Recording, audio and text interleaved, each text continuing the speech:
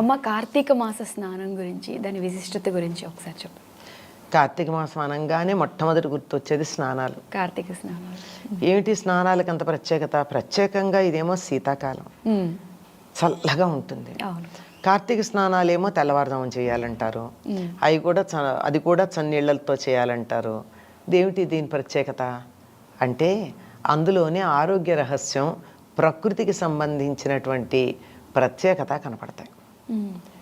మనం ఎప్పుడు కూడా భూమి నెమ్మదిగా చల్లారి నెమ్మదిగా వేడెక్కుతుంది కదా. అవును. నీళ్లు త్వరగా చల్లబడి త్వరగా వేడెక్కుతాయి. అవును.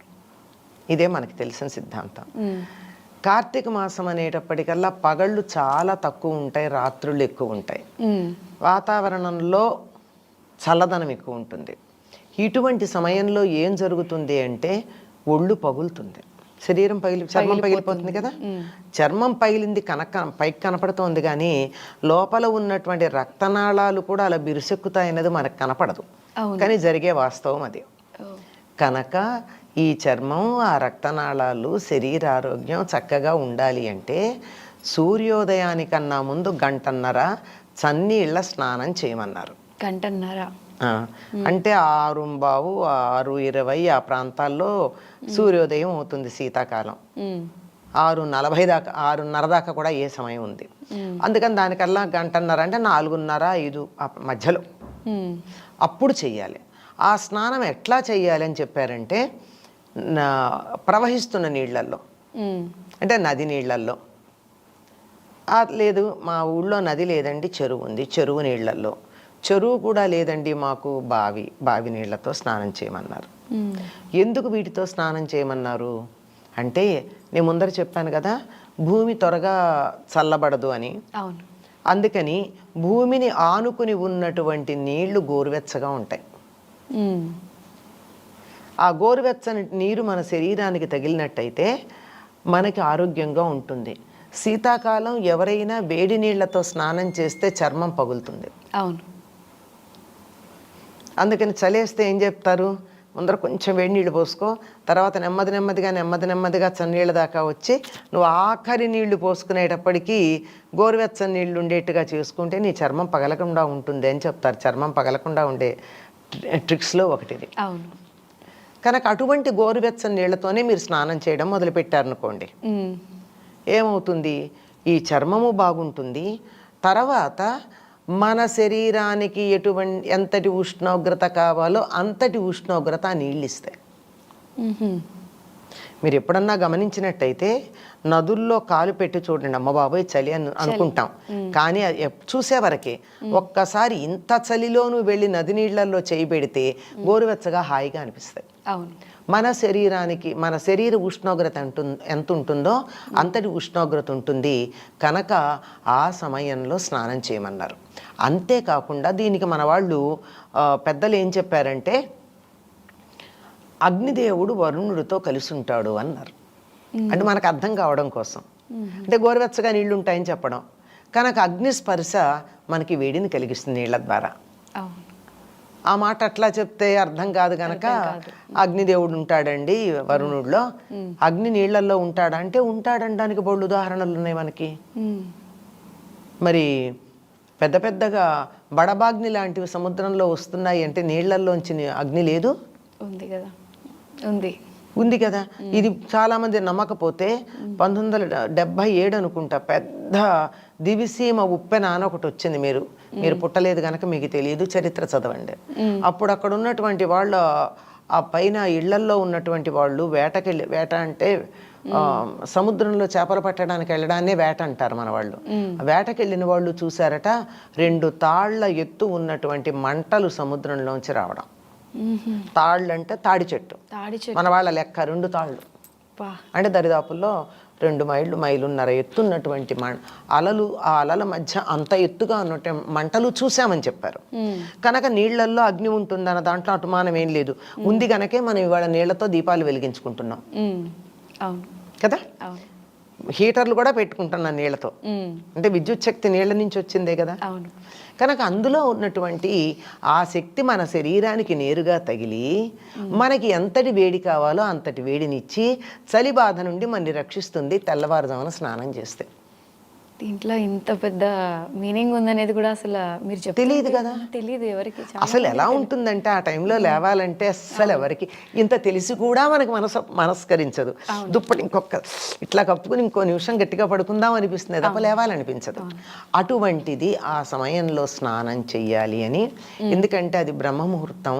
ఆ సమయంలో గనక లేచినట్టయితే ఎవరికైనా సరే ఎటువంటి ఇతర ప్రభావాలు లేకుండా మనసు స్వచ్ఛంగా పనిచేస్తుంది బ్రహ్మముహూర్తంలో లేస్తే.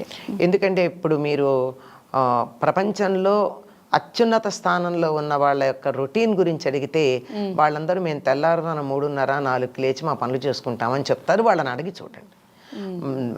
మొదటి సమర్థవంతుల ఏదో అంటారు, అలాంటి 5గురి యొక్క ఇంటర్వ్యూ చేస్తే వాళ్ళందరూ చెప్పిన మాట అదే.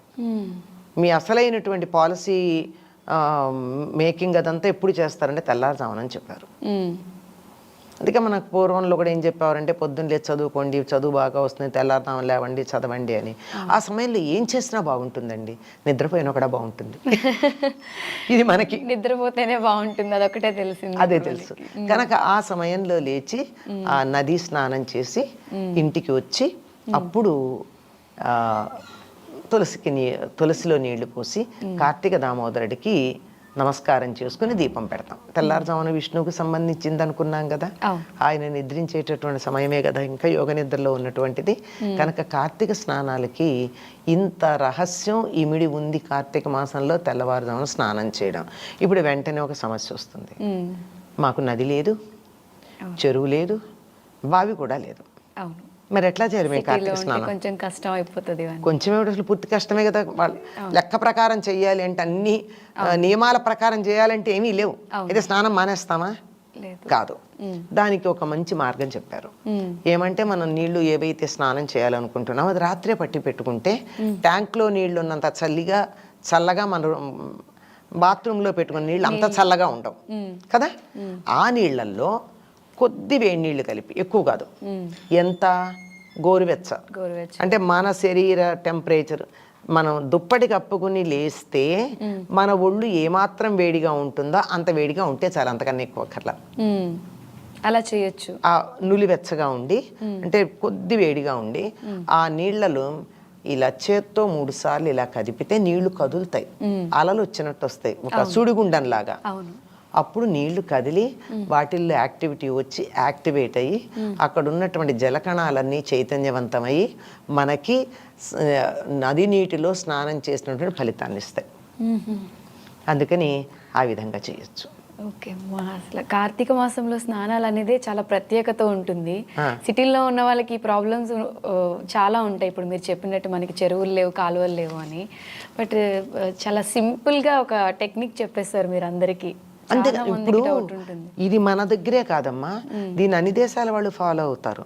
ఇప్పుడు అన్ని దేశాలు, ఇప్పుడు చూడండి, పెద్ద పెద్ద స్పాలు అవి ఉండే 5 స్టార్ హోటల్స్ ఉంటాయి కదా, వాటిల్లో వెళ్ళి వీళ్ళు స్విమ్మింగ్ కోసం పెడతారు కదా, చిన్న ఇవి ఉంటాయి పాండ్స్, స్విమ్మింగ్ ఏమంటారు వాటిని, స్విమ్మింగ్ పూల్స్. ఆ పూల్స్ లో ప్రత్యేకంగా ఒక ఏర్పాటు చేస్తారు, అలలు ఇలా కొట్టుకునేటట్టు కదా. అవును. ఎందుకంటే నది నీటిలో స్నానం చేస్తే వచ్చేటువంటి శక్తి రావాలి అంటే ఒట్టి నీళ్ళల్లో చేసిన దానికల్లా నీళ్లు కొడుతూ ఉంటే వచ్చే శక్తి ఎక్కువ అనమాట. ఇదే టెక్నిక్. అంటే ప్రతి దాంట్లో ఒక మీనింగ్ ఉంటుంది కదమ్మా. అంటే శాస్త్రంలో కూడా నీళ్లు కొట్టుకుంటే మన శరీరానికి బలం కలుగుతుంది. ఇప్పుడు మీరు నది నీళ్ళల్లో స్నానం చేస్తే ఎంత శక్తి వచ్చి ఒక్కసారి నీరసపడిపోతాం. నీరసపడిపోయామంటే మనలో ఉన్న శక్తి పోయిందని కాదు, ఒక్కసారి శక్తి అంతా కూడా ఒక్క చోటకి చేరుతూ ఉంటుంది. శక్తి తర్వాత ఎంత బలంగా ఉంటుంది, ఎంత ఆరోగ్యంగా ఉంటుంది. అందుకే షవర్ లాంటివి పెట్టుకుని కొద్దిగా మనం దరిదాపుల్లో అంటే 1000 వంతు అయినా సరే ఆ ఫలితం రావాలని ప్రయత్నం చేస్తాం మనం. ఈ కార్తీక మాసం స్నానాల గురించి చాలా చక్కగా వివరించారు. ధన్యవాదాలు. మంచిది, సంతోషం. అయితే మనకు కార్తీక మాసం ముఖ్యంగా కార్తీక మాసం అనేసరికి చాలా మంది ఈ నెలంతా కూడా నిష్టగా చాలా రకాల విధానాలు ఆచరించేవారు ఉంటారు. అసలు నిజంగా ఆచరించాల్సిన విధి విధానాలు ఏంటి? మనం అంటే కొన్ని కొన్ని ప్రాంతీయ ఆచారాన్ని బట్టి పాటిస్తూ ఉంటాము. కొన్ని కొన్ని ఎవరికి వాళ్ళు సంకల్పం చెప్పుకొని పాటిస్తూ ఉంటారు. అసలు నిజంగా శాస్త్ర ప్రకారంగా ఈ కార్తీక మాసం యొక్క విశిష్టత ఏంటి? కొంతమంది అంటే ఖచ్చితంగా ఈ పని మాత్రమే చేయాలి ఈ మాసంలో, ఈ పని చేయకూడదు ఇలా చెప్తూ ఉంటారు. అసలు ఆచరించాల్సిన విధి విధానాలేంటి? ఆచరించకూడని విధి విధానాలేంటో తెలియజేయండి. ఓకే అమ్మా. ముందుగా కార్తీక మాసం అంటే అన్ని మాసాలలోకెల్లా కార్తీక మాసానికి చాలా విశిష్టత ఉంది. శివకేశవుల మాసంగా మనం పరిగణిస్తాం. అవును. అంటే ఉదయం సమయం అంతా విష్ణువుకి, సాయంత్రం అంతా శివుడికి. ఓహో! అంటే డేలో 2 రెండు రకాలుగా. విధాలుగా పూజలు హుహు. ఉంటాయి. 2 విధాలుగా పూజలు ఖచ్చితంగా చేసుకోవాలి. ఆ! కార్తీక మాసాన్ని ఆచరించే ప్రతి ఒక్కరు కూడా ఉదయం బ్రహ్మముహూర్తంలో లేచి విష్ణు ఆరాధన చేస్తారు. సాయంత్రం ప్రదోష టైంలో శివ ఆరాధన చేస్తారు. కార్తీక మాసానికి మొత్తం అధిపతి దేవత రాధాదేవి. రాధాదేవికి సంబంధించిన మాసం. రాధాదేవి అంటే సాక్షాత్తు అంబిక యొక్క అంశ, ఆహా! అమ్మవారి యొక్క అంశ. ముందుగా మనం కార్తీక మాసంలో చేయకూడనివి తెలుసుకుందాం. ఓకే. చేయకూడనివి ఏంటి అంటే అబద్ధాలు చెప్పకూడదు. ముందుగా మాంసాహారం తినకూడదు. ఓకే. ఎవరిని హింసించకూడదు, దూషించకూడదు. దైవారాధనలోనే గడపాలి. మనకి డేలో ఎక్కువ సమయం దైవారాధనలోనే గడపాలి. అంటే ఇప్పుడున్న బిజీ షెడ్యూల్లో మనం దైవారాధనలో ఉండలేము. అవును. ఎక్కువ టైం దేవుడికి టైం స్పెండ్ చేయలేము, కేటాయించలేము. కాబట్టి మనకి 2 విధాలుగా అంటే ఉదయం పూట విష్ణువుకి, సాయంత్రం పూట శివుడికి అని విభజించారు. చాలా మంది కార్తీక మాస దీక్ష కూడా చేస్తారు. ఏ రకంగా? ఏ రకంగా అనంటే కార్తీక మాసం మనకి దీపావళి ముందు నుండే మొదలవుతుంది. అవును. దీపావళి పాడ్యమి నుండి పూర్తిగా స్టార్ట్ అయిపోతుంది. మనం ధనత్రయోదశి నుండి చేసుకుంటూ వస్తాము. అవును. దీపావళి పాడ్యం నుండి స్టార్ట్ అవుతుంది. కొంతమంది పూర్తిగా ఉపవాసం చేస్తారు కార్తీక మాసం అంతా. అంటే కంప్లీట్ తినకుండా ఫలం తీసుకొని, అల్పాహారం తీసుకొని, పండ్లు, లిక్విడ్స్, పాలు ఓకే. ఇలా తీసుకొని నెలంతా చేస్తారు. కొంతమంది ఏకభుక్తం చేస్తారు, మధ్యాహ్నం మాత్రం తీసుకుంటారు. ఓకే. కొంతమంది నక్తం చేస్తారు, అంటే ఉదయం అంతా ఉపవాసం ఉండి చుక్కలు చూసిన తర్వాత భోజనాన్ని స్వీకరిస్తారు. ముందుగా చాలా మంది మేము ఉపవాసం చెయ్యాలి అని అనుకునే వాళ్ళు ఒక్కటేసారిగా కార్తీక మాసం స్టార్ట్ అవ్వగానే ఉపవాసం చేయకూడదు. దీనికి ముందు మనము తెలుసుకోవాల్సిన విషయం ఏమంటే ప్రతి నెల ఉపవాసం చేస్తూ రావాలి. అది ఎప్పుడు చేయాలి? అందరూ మనం ఏకాదశులు యథావిధిగా పాటిస్తాం. అవును. కానీ ప్రతి నెల కృత్తికా నక్షత్రం వస్తుంది కదా, సుబ్రహ్మణ్య స్వామిది. ఆ టైంలో మనం ఉపవాసం చేస్తే ఖచ్చితంగా కార్తీక మాసం అంతా ఉపవాసం ఉండగలం. ముందు అంటే ఒక రకంగా మనల్ని మనం తయారు చేసుకోవడం. అవును, మనల్ని మనం ప్రిపేర్ చేసుకోవడం. అది ఎందుకు కృత్తికా నక్షత్రంలోనే చేయాలి అని అంటే అన్ని దేవతలకి అధిపతి సుబ్రహ్మణ్య స్వామి, దేవసేనుడు అంటాం మనం సుబ్రహ్మణ్య స్వామిని. సుబ్రహ్మణ్య స్వామి యొక్క అనుగ్రహం మనకి సంపూర్ణంగా ఉంటే మనం ఏ దేవత ఆరాధన అయినా చేసుకోవచ్చు. కార్తీక మాసంలో మనం ఉపవాసం పూర్తిగా నెలంతా ఉపవాసం ఉండాలి అంటే ఖచ్చితంగా సంవత్సరంలో వచ్చే ప్రతి నెలలో కృత్తికా నక్షత్రంలో ఉపవాసం చేయాలి. ఆ అనుగ్రహంతో మనం ఈ కార్తీక మాసం అంతా ఉపవాసం ఉండొచ్చు. ఓకే. ఇది ఒకటి. దీని తర్వాత మనం శివారాధన చేస్తాం, విష్ణు ఆరాధన చేస్తాం. విష్ణు ఆరాధనలో ఏం చేయాలి? ఉదయం పూట మనం 3:30కి 3:30కి బ్రహ్మముహూర్తంలో నిద్ర లేచేసి స్నానాధికాలు అన్నీ పూర్తి చేసుకొని మనకి సూర్యోదయం ఇంకా అవుతుంది అనే ముందు 45 నిమిషాల లోపే తులసి కోట దగ్గర దీపం పెట్టుకోవాలి, నిత్య పూజ చేసుకోవాలి. ఇది ఉదయానికి సంబంధించింది. సాయంత్రం శివారాధన ఎలా చేయాలి అంటే ప్రదోష టైం స్టార్ట్ అవ్వగానే ఆ సమయంలో మనం సంకల్పం చేసుకొని శివుడికి అభిషేకము, బిల్వాష్టకము, మెయిన్గా ఈ మాసంలో బిల్వం బాగా ఉపయోగించాలి ప్రతినిత్యం కూడా. ప్రతినిత్యం కూడా. ఓకే. ఉదయం విష్ణువుకి తులసిని ఎలా మనం ఉపయోగించుకుంటామో అవును, సాయంత్రం శివుడికి బిల్వ పత్రాన్ని అలా ఉపయోగించాలి. కార్తీక మాసంలో వచ్చే ప్రతి తిథి కూడా చాలా విశేషమైనది. కానీ పురాణాల ప్రకారం ఏం చెప్తారు అంటే, కార్తీక మాసము పౌర్ణానికి అయిపోతుంది అంటారు. పౌర్ణానికి అంటే కార్తీక 15 రోజులే. ఆ! ఆహా. అది ఎప్పుడు మొదలవుతుంది అనేది ఎవరికీ తెలీదు. ఇప్పుడు నెల అంటే మనకి 30 రోజులు. అవును. కానీ శాస్త్రాలలో కూడా మామూలు కార్తీక పురాణంలో కూడా 15 రోజులకే ఉంటుంది పురాణం కూడా. వ్యాస భగవానుడు రాసిండేది 15 రోజుల వరకే ఉంటుంది. కార్తీక పౌర్ణమికే కార్తీక మాసం అయిపోతుంది అని అంటారు. ఎందుకని అట్లా అంటే అది తెలీదు ఇంతవరకు దేనికి ఎలా అనే విషయం అయితే తెలీదు. మనకి కార్తీక పురాణంలో వ్యాస మహర్షి చెప్పబడింది కూడా కార్తీక పౌర్ణమి వరకే ఉంటుంది. మరి మనం ఇప్పుడు- ఎక్స్టెండ్ చేసుకొని చెప్పుకుంటున్నాం కథలు నెలంతా ప్రతిరోజు పురాణం చదువుతూ ఉంటాం కదా, 30 ఉంటాం. రోజులు. అట్లా కానీ 15 రోజులే చెప్పబడింది. ఓకే. అంటే ఒకవేళ దీక్ష చేయాలనుకున్న వాళ్ళు పౌర్ణమి వరకు నెలంతా మనం చేసి ఆపేయొచ్చా? చేయొచ్చు. ఓకే. ఇప్పుడు మెయిన్ దీక్ష చేయాలి అనే వాళ్ళు సోమవారాలు చేసుకోవచ్చు. కార్తీక మాసంలో వచ్చే మాసం. సోమవారాలు చేసుకోవచ్చు, శనివారాలు చేసుకోవచ్చు, ఉమ్. ఆదివారాలు చేసుకోవచ్చు సూర్య భగవానుడికి. హా. శుక్రవారం అంటే అమ్మవారికి అమ్మవారికి. సంబంధించింది. మెయిన్ శివకేశవులు కాబట్టి శనివారం, సోమవారం, ఆదివారం చేసుకోవచ్చు. ఉమ్. లేదు మనం 15 రోజులు కంటిన్యూగా చేసుకోవచ్చు, నెల రోజులు చేసుకోవచ్చు. ఓకే. ఇది మన ఆరోగ్యరీత్యా మనం చేసుకోవాలి. ఉమ్. ఇప్పుడు నేను ఎవరికైనా చెప్పే విషయం ఏమంటే, మనం వినేసి మేము ఉండాలి ఉండాలి అనే ఇది దానికంటే మన ఆరోగ్యం పరిశీలించుకొని మన ఆరోగ్యరీత్యా మనం ఏం చేయగలము, ఉమ్. ఎంతవరకు మనకి సహకరిస్తుంది మన ఆరోగ్యం అనేది తెలుసుకొని దాన్ని బట్టి మనం వెళ్తే సరిపోతుంది. ఓకే. ఓకే. అంతే. అంటే 15 రోజులు అంటే 15 రోజులు లేదు, మీరు అన్నట్టుగా ఎన్ని సోమవారాలు వస్తే అన్ని సోమవారాలు. ఈసారి అయితే మనకు 4 సోమవారాలు 4 వచ్చినట్టున్నాయి. సోమవారాలు. సోమవారాలు లేదు, శనివారాలు అంటే శనివారాలు. ముఖ్యమైన రోజులు చూసుకొనైనా ముఖ్యమైన ఆచరించుకోవచ్చు. ఆచరించుకోవచ్చు. సరిపోతుంది. అయితే ఇందాక చెయ్యకూడని పనుల్లో కొన్ని చెప్పారు, ఉమ్. చేయాల్సిన పనుల్లో కొన్ని చెప్పారు. ఈ ఆచరించే వాళ్ళంతా కూడా దీక్షగా తీసుకొని ఈ 15 రోజులు ఆచరించినా, లేదు ముఖ్యమైన రోజులు ఆచరించినా, నెలంతా ఆచరించినా చాలా మందిలో సందేహం. ప్రతి ఒక్కరు చెప్తూనే ఉంటారు, ప్రతి సంవత్సరం ఆచరిస్తూనే ఉంటారు. అయినా కూడా తలస్నానం చేయాలా, లేదు అని అంటే పొద్దున మళ్ళీ తలస్నానం చేసి పూజ చేసినాక సాయంకాల పూజకు మళ్ళీ స్నానం చేయాలా, ఇలా రకరకాల డౌట్స్. ఒక్కసారి వాటి గురించి కూడా.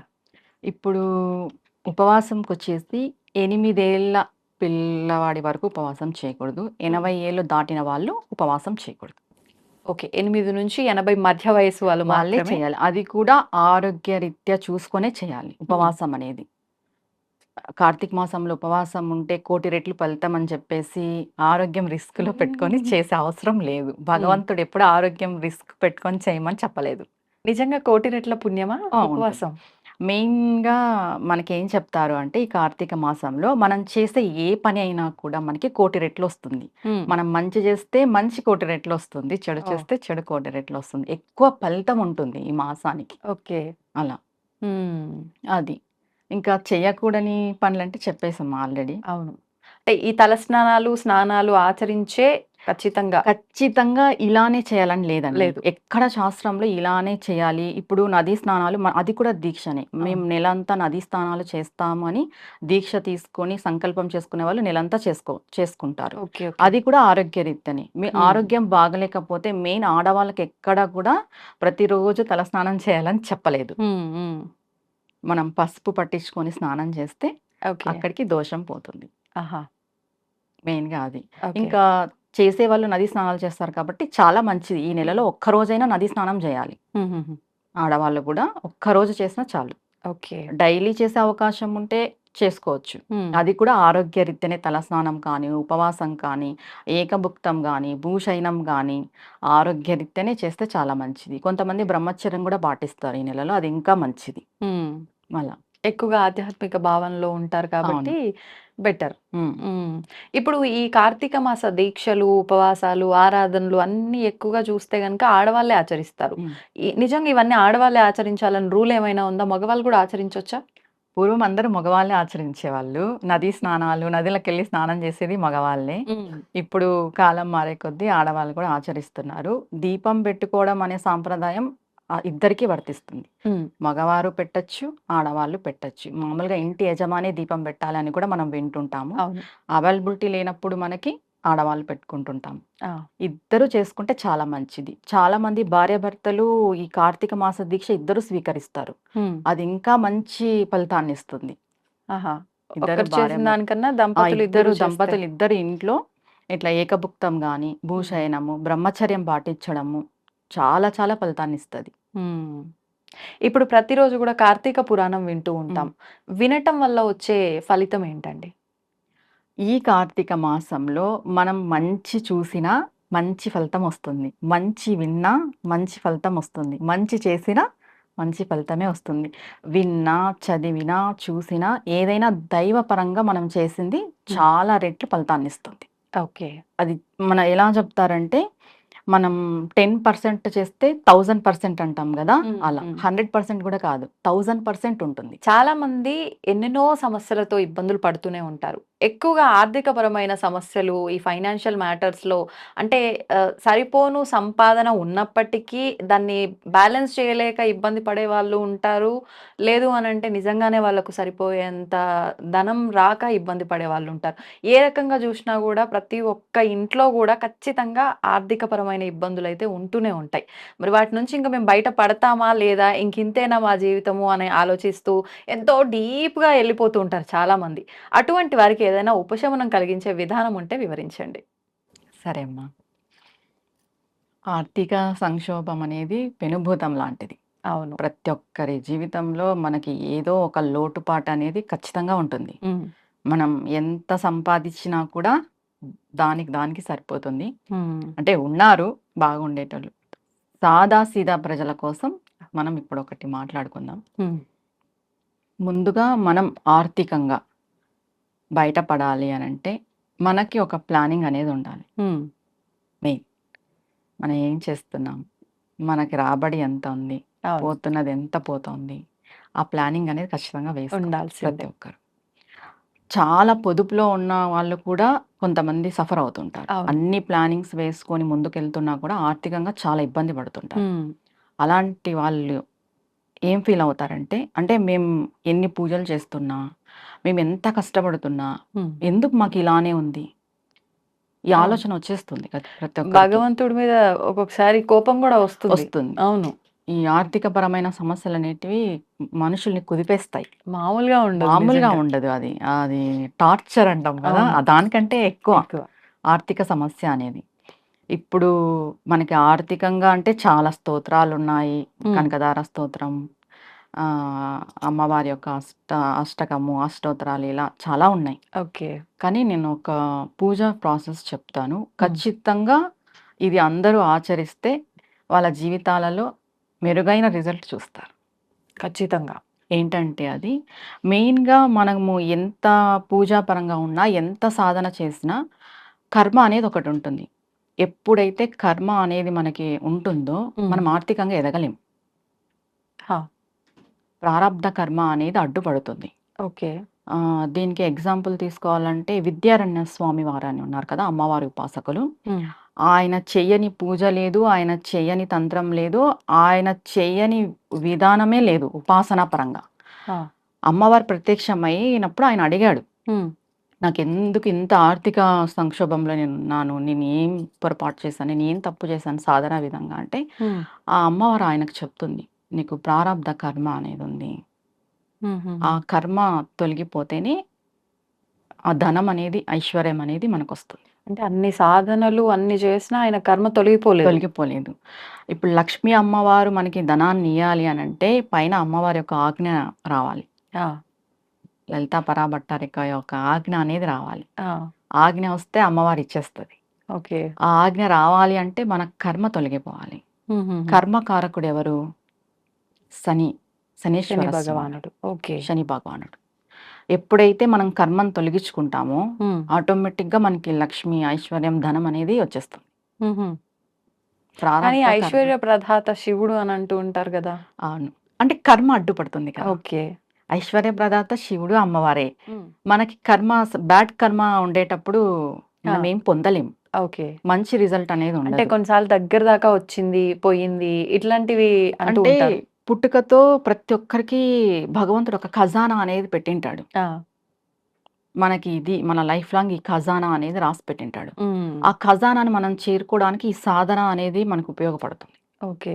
కొంతమందికి పూర్వజన్మ సుకృతం మంచి కర్మ వల్ల ఆటోమేటిక్‌గా వచ్చేస్తుంది ధనం హ్మ్. అనేది జీవితంలోకి. కొంతమందికి పూర్వజన్మ కర్మ ఫలం వల్ల వాళ్ళకి రాసి ఉన్నా కూడా అందదు. ఆ! ఓకే. మరి అంటే ఎలా ఇప్పుడు ఈ కర్మని మనము తొలగించుకొని ముందుకెళ్ళాలి అంటే ఏం చేస్తే ఏం తొలగిపోతుంది? చేస్తే తొలగిపోతుంది అంటే ఆహ్, శనివారం రోజు హ్మ్. జమ్మి చెట్టు, జమ్మి చెట్టు జమ్మి వృక్షం. జమ్మి వృక్షం ఉంది కదా! శని కారకుడు. ఆ! శనికి జమ్మి వృక్షం మనం తీసుకుంటాం. ఓకే. ఓకే. జమ్మి వృక్షం ముందు మనం కూర్చొని హ్మ్. ముగ్గు 8 దీపాలు పెట్టుకునేలాగా ముగ్గు వేసుకోవాలి. ఆహా! ఓకే. చతురస్రం, ముగ్గులోనే అష్టచతురస్రం. దీపాలు పెట్టాలి. అష్టచతురస్రం వేసుకొని చెట్టుని హ్మ్. జమ్మి వృక్షాన్ని మనం మధ్యలో పెట్టుకొని పసుపు, కుంకుమ, పంచోపచార పూలు, గంధము హ్మ్. అన్నీ అలంకరణ చేసుకొని జమ్మి వృక్షానికి లలిత సహస్రనామం పారాయణం చేయాలి. అక్కడే కూర్చొని. అక్కడే కూర్చొని. ఎలా చేయాలి అంటే మనం స్టార్ట్ చేస్తాం కదా! హ్మ్. శుద్ధ జలం తీసుకోవాలి. గంగా జలం తీసేసుకొని ఒక స్పూన్ ఉద్దరిని హ్మ్. పంచపాత్ర అన్నీ పెట్టుకుంటాం మనం. హ్మ్. పెట్టుకున్న తర్వాత లలితా పారాయణం ఒక్కొక్క శ్లోకానికి మనం చేతిలో వాటర్ వేసుకొని ఓకే. చెట్టు మొదల్లో వదలాలి. లేదు డైరెక్ట్‌గా స్పూన్‌తో అయినా వదలొచ్చు. హుహు. స్పూన్‌తో అయినా వేయొచ్చు. లేదంటే చేతిలో వేసుకొనైనా వదలొచ్చు. ఓకే. ఇప్పుడు ఎలా అంటే శ్రీమాత, శ్రీ మహారాజ్ఞి, శ్రీమ సింహాసనేశ్వరి, చిదగ్నికుండ సంభూత, దేవకార్య సముద్యత అని చెప్పేసి వాటర్ వేసుకొని జమ్మి చెట్టు మొదల్లో వదలాలి.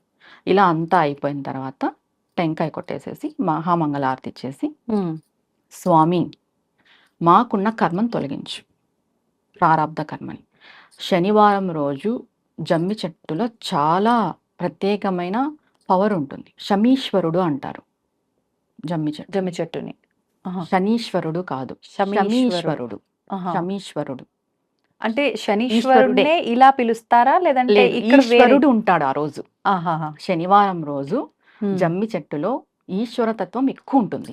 ఓకే. శమి వృక్షము ఈశ్వరుడు, ఈశ్వరుడు. శమీశ్వరుడు. మామూలుగా అంటే విజయదశమి రోజు అమ్మవారి యొక్క శక్తి ఎక్కువ ఉంటుంది. అవును. అవును. ప్రతి శనివారం రోజు హుహు. జమ్మి వృక్షంలో శివుడి యొక్క తత్వం ఎక్కువ ఉంటుంది. కానీ శనివారం విష్ణుమూర్తి అంటారు గదా! జమ్మి వృక్షం శనికారకుడు. ఆ! శనికి కర్మను తొలగిస్తారు. హ్మ్. ఈ కర్మను తొలగించి ఐశ్వర్యం ఇవ్వాలి అంటే ఈశ్వరుడు. ఈశ్వరుడు. ఓకే. ఈ జమ్మి వృక్షంలో ఈశ్వరుడు ఉంటాడు. హ్మ్.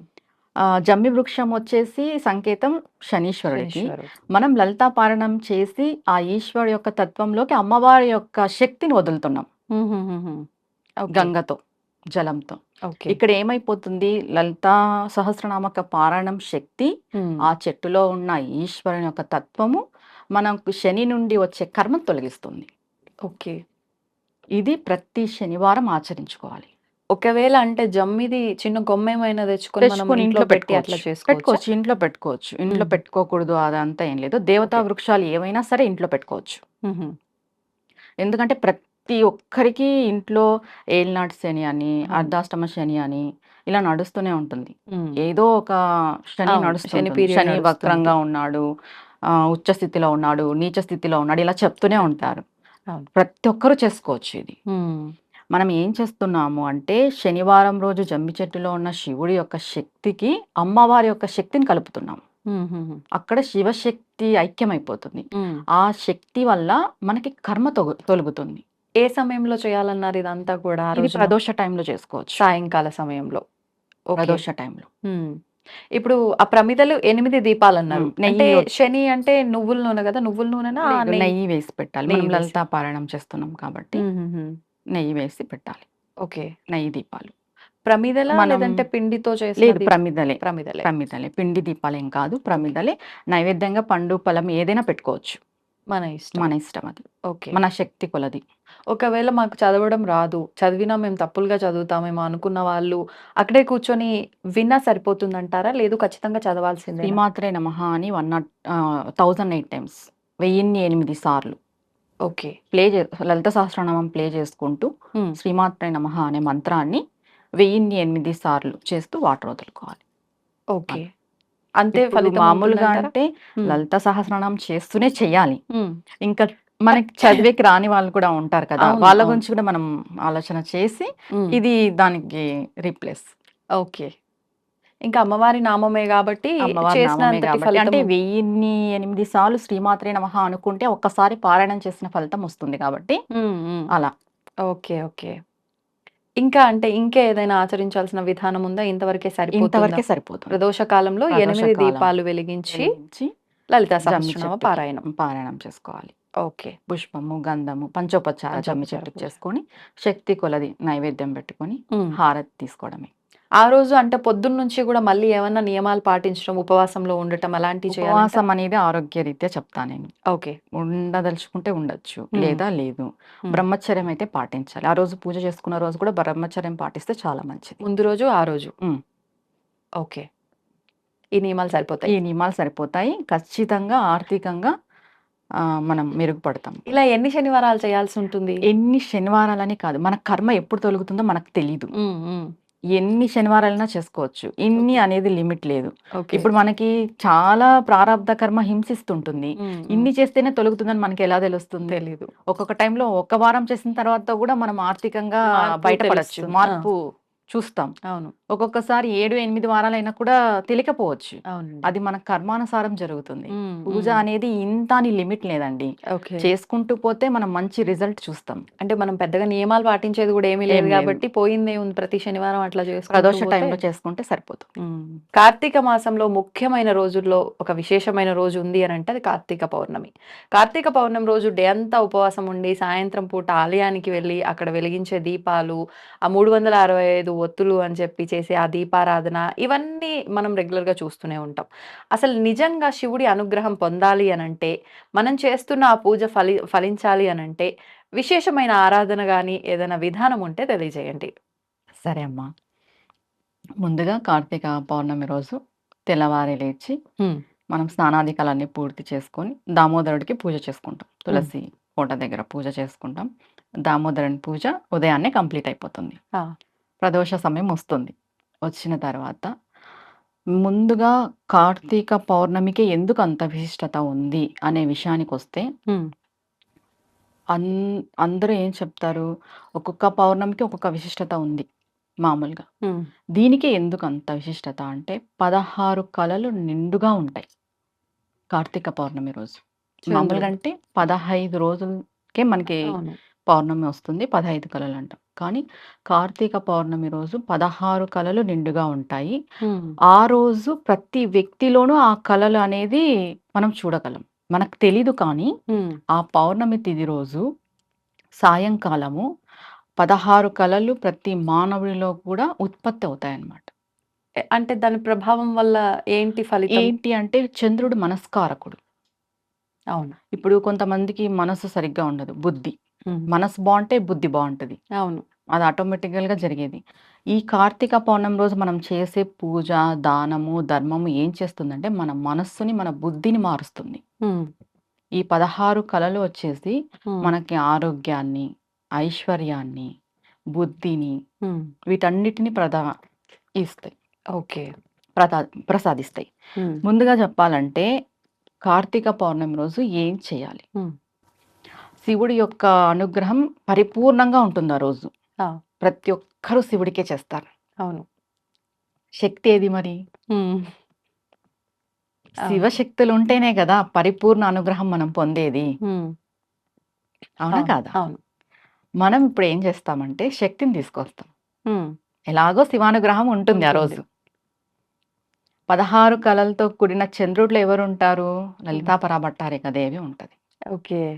మనం ఏం చేస్తామంటే శివాలయంలో దీపాలు మీరెన్ని దీపాలంటే అన్ని దీపాలు 365 ఒత్తులు కానీ, 1,00,000 ఒత్తులు, 1,00,00,000 ఒత్తులు ఇలా అంతా వెలిగించుకొని వచ్చిన తర్వాత హ్మ్. ఇంటికొచ్చిన తర్వాత టెర్రస్ పైన, మిద్ది పైన మీకు హ్మ్. చంద్రుడు కనిపించేలాగా, ఓకే. చంద్రుడి కిరణాలు పడేలాగా ఎళ్లి ఒక పాత్ర, పెద్ద పాత్ర తీసుకొని పాలు, హ్మ్. క్షీరం, పాలు వేసి చంద్రుడు కనిపించేలాగా పాలల్లో. పాలల్లో. అలా కుదిరితే అలా. హ్మ్. లేదు మేమంత చేసుకోలేము. ఆ! చిన్న పాత్రలు. ఆ కిరణాలు పడినా చాలు. ఓకే. ఓకే. చంద్రుని యొక్క కిరణాలు పడినా చాలు. హ్మ్. పైన అది పెట్టేసి రావాలి. అలా వదిలేయాలి. అలా ఎవరో ఒకరు ఉండాలి. అంటే పిల్లులు అలా వచ్చినా హ్మ్. ఇబ్బందవుతుంది కదా! హ్మ్. దానిపైన ఒకవేళ దుమ్ము అలా పడేది ఉంటే ఏదైనా జ్యువెలరీ టైప్ ఓకే. పెట్టేసేయొచ్చు. చంద్రుడు కనిపించేలాగా ఉండాలి, లేదా కిరణాలన్నా పడేలాగా ఉండాలి. ఉమ్, అయితే పెద్దది లేదా చిన్నది. ఓకే. ఇది పెట్టేసొచ్చి ఇంట్లో పూజా మందిరంలో బిల్వంతో లలిత సహస్రనామం చేయాలి. ఉమ్, అమ్మవారికి. బిల్వపత్రితో. బిల్వపత్రి శివుడికి చాలా ఇష్టం. అవును. మనం ఏం చేస్తున్నాం, లలిత సహస్రనామాలు బిల్వంతో చేస్తున్నాం. ఉమ్, అంతా చేసేసిన తర్వాత 11:45 12 గంటలకి నైటు. నైట్ ఆ టైం వరకు మేల్కోగలుగుతాము అంటే పర్వాలేదు. లేదు ముందే చేసుకుంటామంటే ముందే కూడా చేసుకోవచ్చు. లేదు మేము మేల్కుంటాము అన్నా మేల్కొని చేసుకోవచ్చు. లలిత సహస్రనామం పారాయణం అంతా అయిపోయిన తర్వాత పోయి చంద్ర దర్శనం పాలల్లో చేయాలి. ఉహుం, లేదు అంటే ఎదురుగా కిరణాలు పడతాయి ఆ పాలు. ఆ పాలని మనం స్వీకరించాలి. తీర్థంగా. కంప్లీట్‌గా అమ్మవారి యొక్క అనుగ్రహం మనకు కలుగుతుంది. ఓకే. ఓన్లీ పచ్చి పాలు అంతే, అందులో ఇంకేం కలపొద్దు. పచ్చి పాలు అనంటే మనం బెల్లం వేసుకొని తాగాలి తాగేటప్పుడు. ఓకే. అన్నీ తాగాలనేదేం లేదు. ప్రసాదంగా ఇంటిల్లిపాది తీసుకోవచ్చు. తీసుకోవచ్చు. కొన్ని తాగినా తీర్థంగా సేవించినా మనకి ఆరోగ్యం బాగుంటుంది. ఉమ్, మన మనస్సు, మన బుద్ధి అన్నీ బాగుంటాయి. ఓకే. పిల్లలకు కూడా మంచి కళా పోషణ వస్తుంది ఇలా చేయడం వల్ల. ఉమ్. ఒకవేళ అంటే మీరన్నట్టుగా ఆ అర్ధరాత్రి వరకు మేము ఉండలేము అనుకున్న వాళ్ళు ఒక అరగంట సేపు అలా పెట్టి తర్వాత తీసుకొని తీర్థంగా తీసుకోవచ్చు. స్వీకరించొచ్చు. 7:30, 8, 9 ఆ టైంలో కూడా మనం తీసుకొని సేవించొచ్చు ఓకే. ఆ పాలని. ఉమ్, తర్వాత ప్రతి ఒక్కరు మంత్రం ఉపదేశం ఉన్నవాళ్ళు కానీ, ఉమ్, నామం పట్టుకున్న వాళ్ళు కానీ, కార్తీక పౌర్ణమి రోజు మర్రి చెట్టు కింద ఉమ్, మర్రి చెట్టు కింద జపం చేస్తే ఓకే. దానికి 1,00,00,000 రెట్ల ఫలితం వస్తుంది. ఏ సమయంలో అండి? ఏ సమయమైనా పర్వాలేదు. ఆ రోజు ప్రదోష టైం తర్వాత. ఓకే. అంటే మర్రి చెట్టు దగ్గర దెయ్యాలుంటాయి. అది సాయంకాలం అంతా తర్వాత ఏం వెళ్ళొద్దు, లేదు. ఏముండదు. ఏం లేదు. మర్రి చెట్టుని కూడా మనం పంచపల్లాలలో ఒక వృక్షంగా మనం ఉమ్, దేవుడికి ఉపయోగిస్తాం. అవును. ఆ రోజు మర్రి చెట్టుకి చాలా చాలా శక్తి ఉంటుంది. మనకి చెప్తాం కదా తిథుల బట్టి. ఇప్పుడు శనివారం జమ్మి వృక్షంకి ఎలా చెప్తామో, కార్తీక పౌర్ణమి రోజు మర్రి చెట్టులో అంత శివతత్వము, శక్తితత్వం 2 ఉంటాయి. ఓకే. మంత్రం ఉపదేశం ఉన్నవాళ్ళు, నామం పట్టుకున్న వాళ్ళు పోయి అక్కడ జపం చేస్తే 1,00,00,000 రెట్ల ఫలితం మనకుంటుంది. ఉమ్. మర్రి చెట్టు కింద. ఒకవేళ అంటే ఉపదేశం లేని వాళ్ళు నామం చేసుకుంటుంటారు నామం కదా! చేసుకుంటారు. ఏదైనా ఇష్టదైవం నామం తీసుకెళ్ళి ఉమ్, అక్కడ కూర్చొని ఎక్కువసేపు కూర్చోలేము మేము, మాకు భయం అనిపిస్తుందంటే 16 సార్లు చేసుకున్నా చాలు. అంతే. 16 ఉమ్, చేసుకొని ఆవు పాలతో మీ యొక్క మంత్రానికి గాని, ఉమ్, మీ యొక్క నామానికి గాని తర్పణ మొదలాలి చేతిలో. ఓకే. అయిపోయిన తర్వాత. అయిపోయిన తర్వాత ఒక్కొక్కసారి మనం నామం అనుకోని ఆవు పాలు చేతిలో పోసుకొని మర్రి చెట్టు కింద తర్పణ మొదలాలి. ఆహా, అంటే ఒక్కో నామం అయిపోగానే ఒకసారి వదలాలి. తర్పణం. ఆహా. క్షీర తర్పణం అంటారు అది. ఓకే. మర్రి చెట్టుకి. ఇలా చేస్తే మంత్రాది దేవత యొక్క అనుగ్రహం మనకి కలుగుతుంది. సంపూర్ణంగా కలుగుతుంది. ఓకే.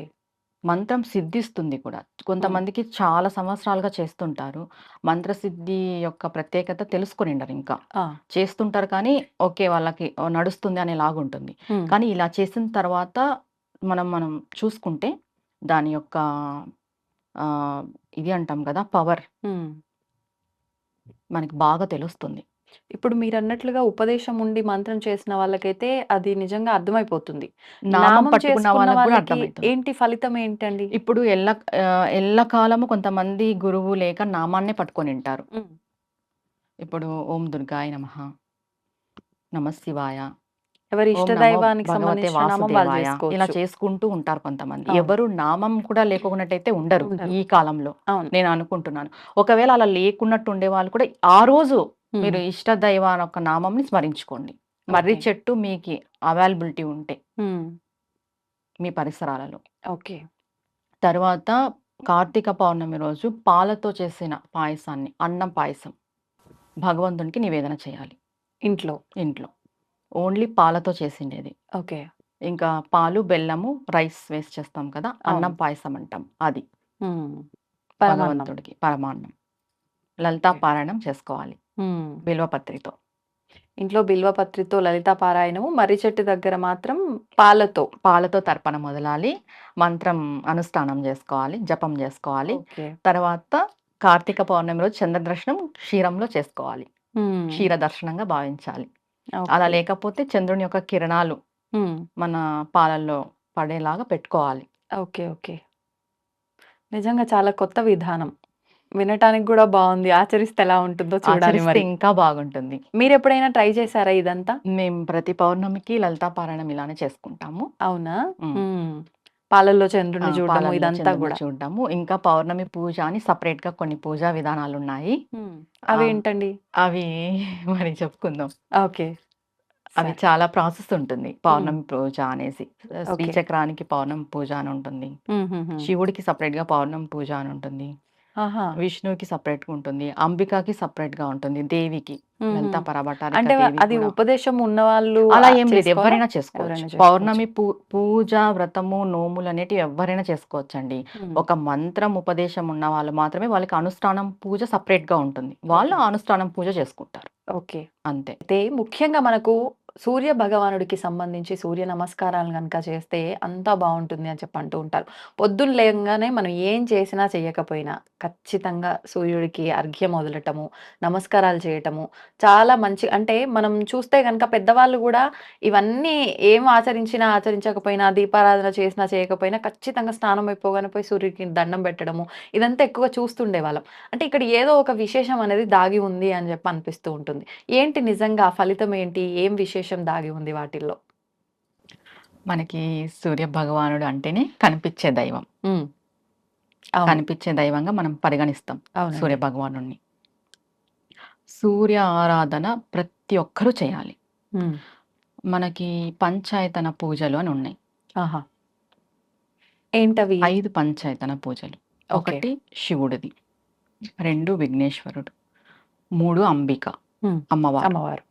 4 విష్ణువు, 5 సూర్యుడు. ఓకే. ప్రతి ఒక్కరికి ఒక్కొక్క పంచాయతన పూజ పట్టుకుంటారు. హ్మ్. కొంతమంది శివ పంచాయతన పూజ పట్టుకుంటే వాళ్ళ ఇంటి సింహాసనంలో హ్మ్. మధ్యలో శివుడిని పెట్టుకుంటారు. శాక్తేయ పంచాయతనం పట్టుకుంటే హ్మ్. మధ్యలో అమ్మవారిని పెట్టుకుంటారు. చుట్టూ వీళ్ళుంటారు. ఓకే. వైష్ణవులు వైశ్యుని పెట్టుకుంటారు. హ్మ్. గణేష పంచాయతనం వస్తే వినాయకుడు మధ్యలో ఉంటారు. హుహుహు. సూర్య ఆరాధన చేసే వాళ్ళని శౌర్యులు అంటారు. హ్మ్. పూర్వం ఎక్కువ అందరూ రాజులు ఎక్కువ చేసేవాళ్ళు సూర్య ఓకే. ఆరాధన. ఆహా! వాళ్ళు సూర్యుడిని మధ్యలో వాళ్ళ పూజా గదిలో సింహాసనంలో మధ్యలో సూర్య భగవానుని పెట్టుకొని ఆరాధించేవాళ్ళు. హుహు. పూర్వం ఉన్నారు శౌర్యులు.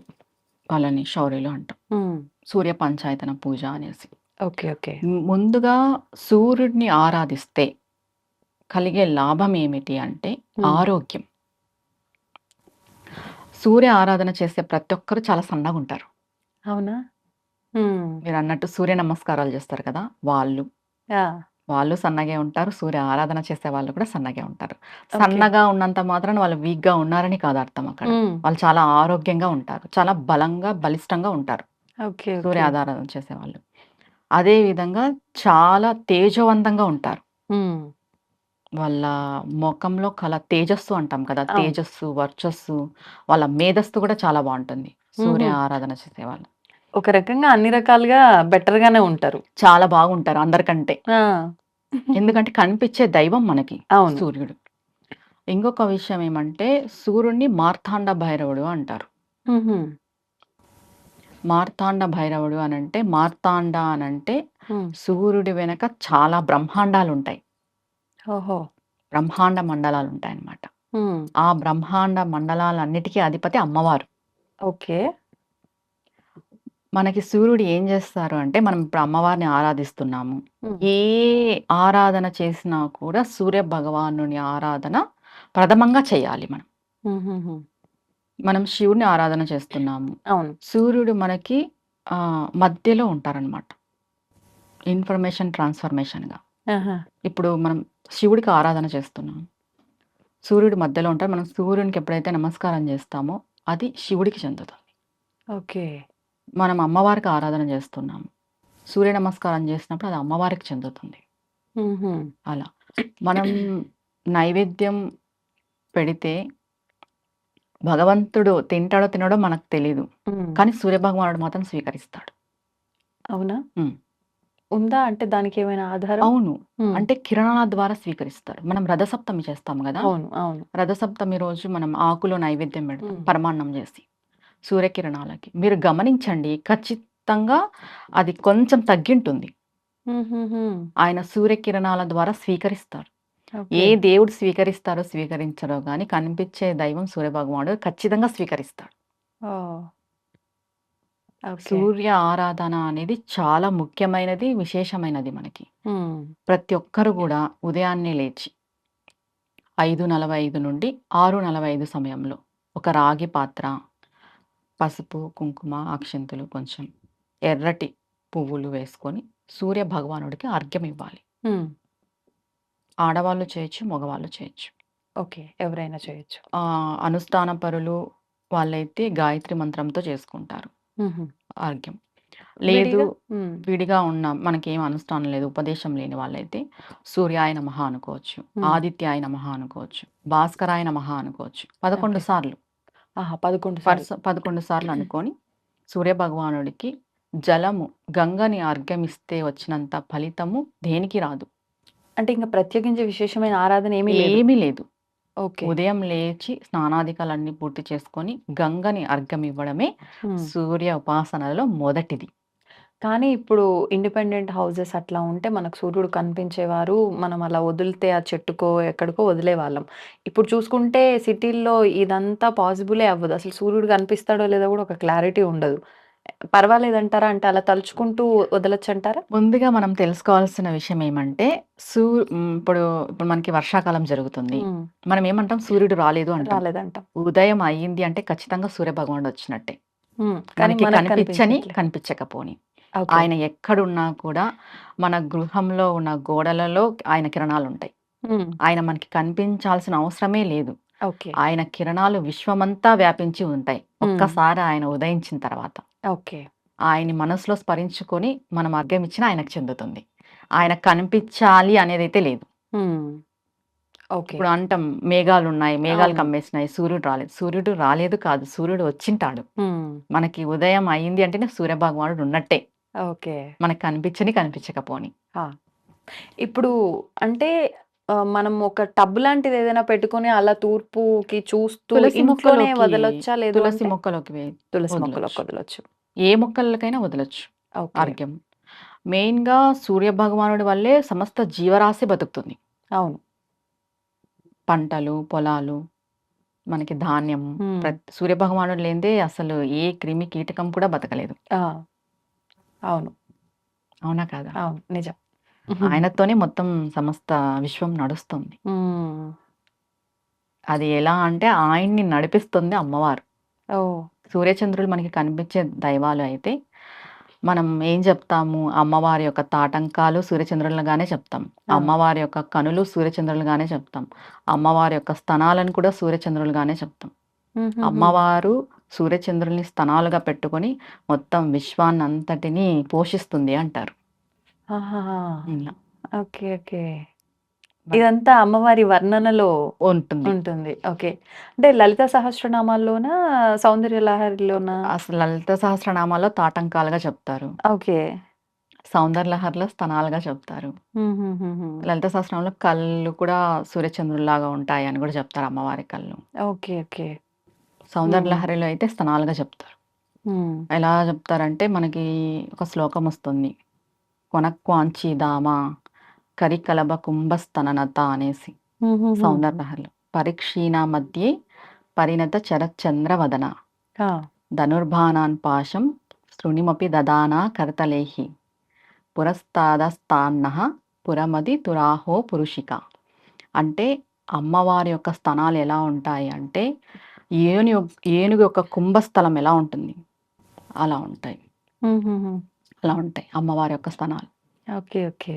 ఆమె భుజాలు వెడల్పుగా ఉండి, హ్మ్. స్తనాలు పెద్దవిగా ఉండి, ఆమె నడుము చిన్నదిగా ఉంటుంది.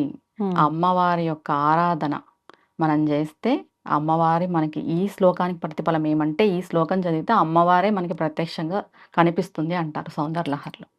ఆహాహా! దీంట్లో చెప్పబడింది. ఆమె ఓకే. ముఖము పరిణత చరచంద్ర వదన అంటే పూర్తిగా 16 కళలతో నిండిన చంద్రుడిలాగా ఉంటుంది. ఆమె స్తనాలు సూర్యచంద్రుడిలాగా ఉంటాయి. ఆమె పోషిస్తుంది సమస్త జీవరాశిని అనేసి.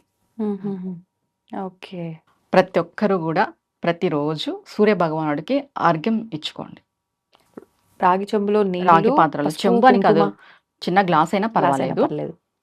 ప్రతి ఒక్కరు కూడా సూర్య భగవానుడికి ఆరోగ్యం అనేది ఇస్తే ముందుగా మనకి ఆరోగ్యం బాగుంటుంది. ఆరోగ్యం బాగుంటే మనం సకల పనులు చేసుకోవచ్చు. అంతే. అవును. ఆరోగ్యం భాస్కరాధీనం అంటారు. మన Correct. ఆరోగ్యం సూర్య భగవానుడి యొక్క ఆధీనంలో ఉంటుంది. మీరన్నట్టుగా ఇప్పుడు అందరూ బాగా లడ్డుగా అయిపోయి సూర్య నమస్కారాలు చేస్తే సన్నగా అవుతారని చెప్పి సూర్య నమస్కారాలు చేసే వాళ్ళు అవును. కూడా ఉన్నారు. అవును. ఎట్లాగూ భాస్కరుణ్ణి ఆరాధించిన వాళ్ళు స్లిమ్‌గా ఉంటారని మీరు కూడా ఓవర్ చెప్పారు. వెయిట్ ఉండరు. హ్మ్. వాళ్ళ దాంట్లో సూర్య భగవాన్‌ని ఆరాధించే వాళ్ళ బాడీలో చెడు పదార్థం అనేదే ఉండదు. మనకి ఓకే. కొలెస్ట్రాల్ ఇవన్నీ ఉంటాయి కదా! హ్మ్. హ్మ్. ఇవేవి ఉండవు. వాళ్ళు చాలా సన్నగా ఉంటారు. హ్మ్. ఆరోగ్యంగా ఉంటారు. మెయిన్‌గా సూర్య భగవాన్‌ని ఆరాధిస్తే మేధస్సు, తెలివితేటలు కూడా చాలా బాగుంటాయి. ఓకే. అంటే ఇక్కడ భక్తి అందుకే ఉన్నవాళ్ళు ఆదివారం టైంలో నాన్ వెజ్ తినకూడదు అంటారు. ఆదివారం మనకి రైట్. సూర్య భగవానుడి యొక్క ఆరాధన జరుగుతుంది. మనకి కనిపించే దైవం ఆయన. ఆదివారం నాన్ వెజ్ మానేయమని చెప్పడానికి కారణం కూడా ఇదే. కానీ చాలా మంది హాలిడే కాబట్టి ఆ రోజునే తినేవాళ్ళు కూడా ఉంటారు. తెలిసి తప్పు చేసేస్తున్నాం ఒక రకంగా. ముందుగా శనివారం మానేస్తాం మనం గదా! అవును. శని భగవానుడిదని. శని భగవానుడి వాళ్ళ తండ్రి సూర్య భగవానుడు. ఆదివారం కదా మానేయాల్సింది. ఓకే. అంటే శని భగవానుడి తండ్రే గొప్ప కొడుక్కే ఇంత స్థాయిలో ప్రయారిటీ ఇంత ఇస్తున్నప్పుడు ప్రయారిటీ ఇస్తున్నాం. మనం తండ్రికి ఇవ్వట్లేదు. హ్మ్. సూర్య భగవానుడికి ఇవ్వట్లేదు. అవును. ఇది అందరూ తెలుసుకొని ఆదివారం పూట మాంసాహారం మానేస్తే మెయిన్ ఆరోగ్యంగా ఉంటారు. ఓకే. మన ఆరోగ్యాన్ని మనం సగం కాపాడుకున్నట్టు. మాంసాహార నిషేధం వల్ల. మాంసాహారం నిషేధం వల్ల. ఇంకేమైనా ఉన్నాయా నియమాలు, కండిషన్స్? ఇదొకటేనా ఆ రోజున ఆదివారం. ప్రత్యేకించి? ఆదివారం ప్రతిరోజు అర్ఘ్యం ఇవ్వలేని వాళ్ళు ఆదివారం మాత్రం ఇచ్చుకున్నా చాలు. ఒక్క రోజున. ఆ రోజు సూర్య భగవానుడి ఆరాధన చేసుకొని మాంసాహారాన్ని తినకుండా ఆయన యొక్క నమస్కారాలు చేసుకున్నా కూడా మనం ఆరోగ్యంగా ఉంటాం. ఇప్పుడు ముందుగా మనకి సోమవారం రాబోతుంది. అవును. మొదటి మొదటి సోమవారం. సోమవారం. ప్రతి ఒక్కరూ తెలుసుకోవాల్సిన విషయం ఏమంటే, ఒక్క సోమవారం ఒక పూజ, రెండవ సోమవారం ఇంకొక పూజ, మూడవ సోమవారం ఇంకొక పూజ అలా కాదు. ఆ! కార్తీక మాసంలో 4 కానీ, 5 కానీ వస్తుంటాయి. మీరు సంకల్పం చేసుకోవాల్సిన విషయం ఏమంటే, ఒకటే పూజ. ప్రతి సోమవారం. ఒకటే నియమం. ఒకటే దీక్ష. ఓకే. నేను కార్తీక సోమవారాలలో ఈ విధంగా దీక్ష చేస్తానని సంకల్పం చేసుకోవాలి. అది ఎలా? మాంసాహారం మానేయడం, భూశయనం చేయడం, బ్రహ్మచర్యం పాటించడం, ఏకభుక్తము, నక్తము చేయడం, లేదా పరిపూర్ణంగా ఉపవాసం చేయడం. ఓకే. జలం కూడా తీసుకోకున్నట్టు కొంతమంది చేస్తారు. అవును. అలా చేయడం. అబద్ధాలు చెప్పుకోకున్నట్టు ఉండడం. మౌనవ్రత దీక్ష. అవునా? మౌనంతో ఉండాలా ఆ రోజున? చాలా మంచిది. ఓకే. చాలా చాలా ఫలితాన్ని ఇస్తుంది మౌనవ్రత దీక్ష. ఓకే. ఇలా మీరు దీంట్లో ఏది మేము చేయగలము? హా! మేము ఏది చేయగలము అని మీరు ముందుగా నిర్ణయించుకోవాలి. ఎవరైనా సరే. ఈ 4 సోమవారాలు అదే చేయాలి. ఓకే. మౌనవ్రత దీక్ష చేసేవాళ్ళు ఉదయం నుండి సూర్యోదయం కాకనే స్నానం ఆచరించి సంకల్పం చేసుకోవాలి. స్వామి నేను మౌనవ్రత దీక్ష చేస్తున్నాను. ఓకే. ప్రదోష టైం వరకు 5:30 సమయం వరకు చేయాలి. పొద్దున సూర్యోదయం నుంచి సూర్యాస్తమయం వరకు. అస్తమయం వరకు చేయాలి. ఓకే. దాని తర్వాత పూజ ఉంటుంది. శివారాధన చేస్తాం. ఉపవాసం కూడా ఏకభుక్తం చేసేవాళ్ళు మధ్యాహ్నం తినొచ్చు. నక్తం చేసేవాళ్ళు చాలామంది సోమవారం నక్తమే చేస్తారు. అవును. ఉదయం అంతా ఉపవాసం ఉండి పూజ అంతా అయిన తర్వాత చుక్కలు చూసి భోజనం భుజిస్తారు. ఇలా చేసుకోవచ్చు. ఓకే. సోమవారాలు పూజ చేసుకోవాల్సిన వాళ్ళు, శివారాధన చేయవలసిన వాళ్ళు ఉదయం ఖచ్చితంగా విష్ణువుకి చేయాలి. ఆహా! ఇది కార్తీక దామోదర మాసం కాబట్టి అవును. ఖచ్చితంగా సోమవారం అయినా కూడా శివుడికి అని అనుకోకుండా విష్ణువుకి కూడా పూజ చేసుకొని సాయంత్రం ప్రదోష టైంలో శివలింగం ఉంటే పంచామృత అభిషేకం ఇంట్లో శివలింగం పెట్టకూడదు అంటారు. పెట్టుకోవచ్చు అంటారా? పెట్టుకోవచ్చు. ఏ సందేహము లేకోకుండా పెట్టుకోవచ్చు. ఓకే. శివారాధన చెయ్యని ఇల్లు కానీ, శివారాధన చెయ్యని ఊరు కానీ శ్మశానంతో సమానం. పెట్టుకోకూడదు అనేదే లేదు. మీరు చిన్నది పెట్టుకుంటారా, పెద్దది పెట్టుకుంటారా అది మీ ఇష్టం. ఇప్పుడు ఓకే. మామూలుగా ఇంట్లో బొటికిన వేలంతానే పెట్టుకోవాలి అని చెప్తారు. అలా అయినా పెట్టుకోవచ్చు. శివ సాలగ్రామాలు ఉంటాయి. అవును. బాణలింగేశ్వరులు ఇప్పుడు దొరుకుతున్నారు కదా! అలా పెట్టుకోవచ్చు. ఓకే. ఏంటంటే సాయంత్రం ప్రదోష టైంలో పంచామృత అభిషేకం చేసుకోవచ్చు. లేదు మేము పంచామృత అభిషేకం చేసుకోలేము, శుద్ధ జలం, శుద్ధ జలంతో అభిషేకం చేసుకోవచ్చు. ఓకే. తర్వాత విభూది జలం, విభూది జలంతో చేసుకోవచ్చు. ముందుగా శివుడికి ఇష్టమైనది విభూది, విభూది జలంతో చేసినా చాలు. తర్వాత పూజ ఎలా చేయాలి? శివాష్టోత్తరము, రుద్రము, నమ్మకము, చవకము ఇవన్నీ చేస్తూ ఉంటారు. అలాగే బిల్వ అష్టోత్తరం కూడా చదవాలి. ఓకే. కార్తీక మాసంలో బిల్వ అష్టోత్తరం చాలా చాలా మంచిది చేసుకుంటే, శివాష్టోత్తరంతో పాటు. దానికి 108 బిల్వపత్రి పెట్టుకోవాలి. ఆహా! ఇంకొకటి ఈ ముందుగా చెప్పాల్సిన విషయం ఏమంటే, బిల్వపత్రిని మనం 11 సార్లు ఉపయోగించుకోవచ్చు. అంటే ఒకసారి పూజ చాలా మందికి చేసినా తెలీదు. మళ్ళీ ఇప్పుడు ఇవాళ మనం పూజ చేస్తాము, రేపటి రోజు దాన్ని వాటర్లో కడిగేసి మరి మనం ఉపయోగించుకోవచ్చు. అలా 11 సార్లు 11 రోజులు ఉపయోగించుకోవచ్చు. బిల్వపత్రికి ఆ శక్తి ఉంది. ఓకే. ఈ రోజు ఉపయోగించాము, తీసేయాలి, అది వాడకూడదు, నిర్మాల్యం అనేది లేదు బిల్వపత్రికి. ఓకే. 11 సార్లు ఉపయోగించుకోవచ్చు మనం.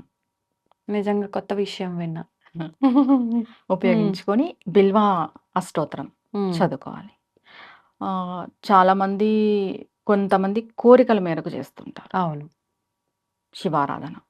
వాళ్ళ సంకల్పం చెప్పుకొని, పాలతో చేసేవాళ్ళు పాలతో అభిషేకం చేసుకోవచ్చు. పాలతో చేస్తే ఒక ఫలితం ఉంటుంది, పెరుగుతో చేస్తే ఒక ఫలితం ఉంటుంది, విడివిడిగా ఇంకా విడివిడిగా. పంచామృతాలు ఇలా కలుపుకుండా. ఫలితాలు పక్కన పెట్టేసి మనం శివుడి యొక్క సాయుధ్యం పొందాలి అంటే, శివానుగ్రహం పూర్తిగా మనకి లభించాలి అంటే, మనస్ఫూర్తిగా మీరు శుద్ధ జలం సమర్పించిన ఆయన స్వీకరిస్తాడు. ఈ కార్తీక మాసంలో ఇంకా ప్రత్యేకించి శివానుగ్రహం ఉంటుంది కాబట్టి అవును. శుద్ధ జలంతో చేసినా కూడా ఆయన స్వీకరిస్తాడు, మనల్ని అనుగ్రహిస్తాడు. ఓకే. ఇప్పుడు అంటే చాలా మందికి మనం ఎంత చెప్పినా ఏ ద్రవ్యంతో చేస్తే ఏం ఫలితం వస్తుందనే అది క్లారిటీ తెలిస్తే వాళ్ళకున్న సమస్యను బట్టి కొంచెం ఇంకా అలా చేసుకోగలుగుతారేమో ఈ కదా! కలియుగంలో ఎక్కువ ఆర్థికంగానే మనం చూస్తున్నాం కాబట్టి, అవును. ఆర్థిక సంక్షోభం చూస్తున్నాం కాబట్టి, శివుడికి చెరుకు రసంతో చేస్తే ఆర్థికంగా బాగుంటుంది. ఓకే. ఇంకా విభూదితో చేయటం వల్ల? విభూతితో చేయడం వల్ల శివ సాయుధ్యం పొందగలం మనం.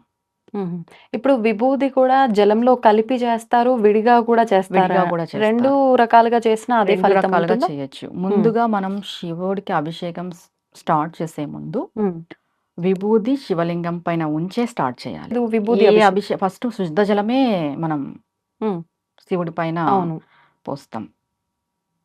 శివుడికి సమర్పించేది శుద్ధ జలమే. అవును. కాబట్టి ముందుగా మనం విభూది శివలింగం పైన ఉంచి దాని తర్వాత అభిషేకం చేయాలి శుద్ధ జలంతో. దాని తర్వాత పాలతో, పెరుగుతో చేసుకోవచ్చు. ఓకే. అంటే ఇప్పుడు ఒక 2, 3 రకాల అభిషేకాలు చేసుకోవాలి అనుకున్నప్పుడు ప్రతి అభిషేకం అయిపోయిన తర్వాత మళ్ళీ జలంతో అభిషేకించిన తర్వాత ఇంకో ద్రవ్యంతో చేయాల్సి అవును. ఉంటుందా? ఇప్పుడు ముందుగా మనం విభూది పెట్టేస్తాము, శుద్ధ జలం వేస్తాం శివలింగం పైన, అది పక్కకు తీసేసుకుంటాం. ఇప్పుడు పంచామృతాలతో చేయాలనుకుంటాం, పాలు అభిషేకిస్తాం, తర్వాత శుద్ధ జలం వేయాలి. ఒక స్పూన్ అన్న ఓకే. శుద్ధ జలం సమర్పించాలి. పెరుగుతో అభిషేకం చేస్తాం, దాని తర్వాత శుద్ధ జలం సమర్పించాలి. కంటిన్యూస్గా పాలు, పెరుగు, తేనె అలా వేసుకుంటూ వెళ్ళకూడదు. ఎందుకని? ఎందుకనంటే శుద్ధ జలం సమర్పిస్తే అక్కడికి మీరు పాలాభిషేకం చేసిన ఫలితం. ఓహో! పెరుగుతో చేసిన తర్వాత అది పెరుగుతో చేసిన ఫలితం, నెయ్యితో చేసిన తర్వాత నెయ్యితో చేసిన ఫలితం వస్తుంది. ఓకే. ఓకే. సపరేట్ ఫలితంగా వస్తుంది. అన్ని కలిపి వేస్తే రాదు. దానికి మధ్యలో శుద్ధ జలాన్ని సమర్పించాలి అంటారు. ఓకే. ఇవేవి మేము చేసుకోలేము, మాతో అవ్వదు అనుకుంటే నార్మల్ గంగా జలం సమర్పించినా కూడా ఆయన స్వీకరిస్తారు. కొంచెం విభూది పెట్టేసి, ఒక బిల్వపత్రి పెట్టేసి, గంగ వేసినా కూడా ఆయన స్వీకరిస్తారు. ఓకే. ముందుగా భక్తి అనేది ఇక్కడ ప్రధానం. మనం ఎంత వైభవంగా చేస్తాము, ఎన్ని అభిషేకాలు చేస్తాము, ఎన్ని పండ్ల రసాలు ఉపయోగిస్తాము అనేది కాదు. మనకి శివుడి యొక్క అనుగ్రహం కలగాలి అంటే భక్తి, మన మనస్సు నిండా శివుడు నిండిపోయి ఉండాలి. అవును. అప్పుడు ఖచ్చితంగా శివానుగ్రహం కలుగుతుంది. మనం ఎన్ని చేసినా కూడా మన మనస్సులో భక్తి లేనప్పుడు ప్రయోజనం వద్దని. లేదు. అవును. ఇప్పుడు ఈ బిల్వ పత్రాలతో ఆరాధిస్తున్నప్పుడు గూడా చాలా మందిని చూస్తుంటాము. కొంతమంది ఇలా పెడుతూ ఉంటారు. కొంతమంది తిరిగేసి పెడుతూ ఉంటారు పత్రాన్ని. హ్మ్. అంటే అసలు చేయాల్సిన విధానం ఏంటి? కొన్నిసార్లు రివర్స్‌లో పెట్టినప్పుడు అరే! వీళ్ళేంటి ఇట్లా రివర్స్‌లో పెట్టారు తప్పు గదా! అనే ఆలోచనొస్తుంది. కొన్ని సందర్భాల్లో ఎవరైనా చెప్పినప్పుడు అలా పెడితే ఒక ఫలితం, ఇలా పెడితే ఒక ఫలితం అంటారు. అసలు వాస్తవం ఏంటండి? ఎలా అయినా పెట్టొచ్చండి. హ్మ్. ఇలానే పెట్టాలనేదేం లేదు. అంటే ఈన తగిలితే లక్ష్మీ కటాక్షం కలుగుతుంది అంటారు. అంటే స్వామి సైడ్ అది కాడ ఉండేటట్టు కాడ పెట్టాలా? ఇట్లా ఆహా! రివర్స్‌లో ఓకే. తగిలిందానికి. ఇట్లా ఆకు ఇలా ఉంటుంది కదా! హ్మ్. హ్మ్. పై పైకి ఆకొచ్చేసి కింద ఇలా వస్తుంది కదా! అవును. ఈన టైపులో. అది తగిలితే లక్ష్మీ కటాక్షం అంటారు. ఆహా! ఇలా బోర్లా వేస్తాం కదా ఆకుని, హ్మ్. శివుడి యొక్క అనుగ్రహము అంటారు. హుహుహు. ఎలా అయినా పెట్టొచ్చు. ఇలా పెట్టాలి, అలా పెట్టాలనేదేం లేదు. ఓకే. భక్తితో పెట్టాలి. హ్మ్. ఆయనకి ఎలా పెట్టినా కూడా ఆయన స్వీకరిస్తారు. ఇప్పుడు చాలామంది పువ్వులు, బిల్వపత్రాలు అన్నీ కూడా వెండివి పట్టుకొని వెండి వాటితో పూజ చేస్తున్నారు. నిజంగా అంటే ఇట్లాంటి వాటితో చేస్తే ఒక రకంగా వెండి, బంగారం పూజల్లో ఉపయోగించినప్పటికీ అవి ఆర్టిఫిషియల్. ఫలితం ఉంటుందంటారా? ఉండదు. ఉండదు.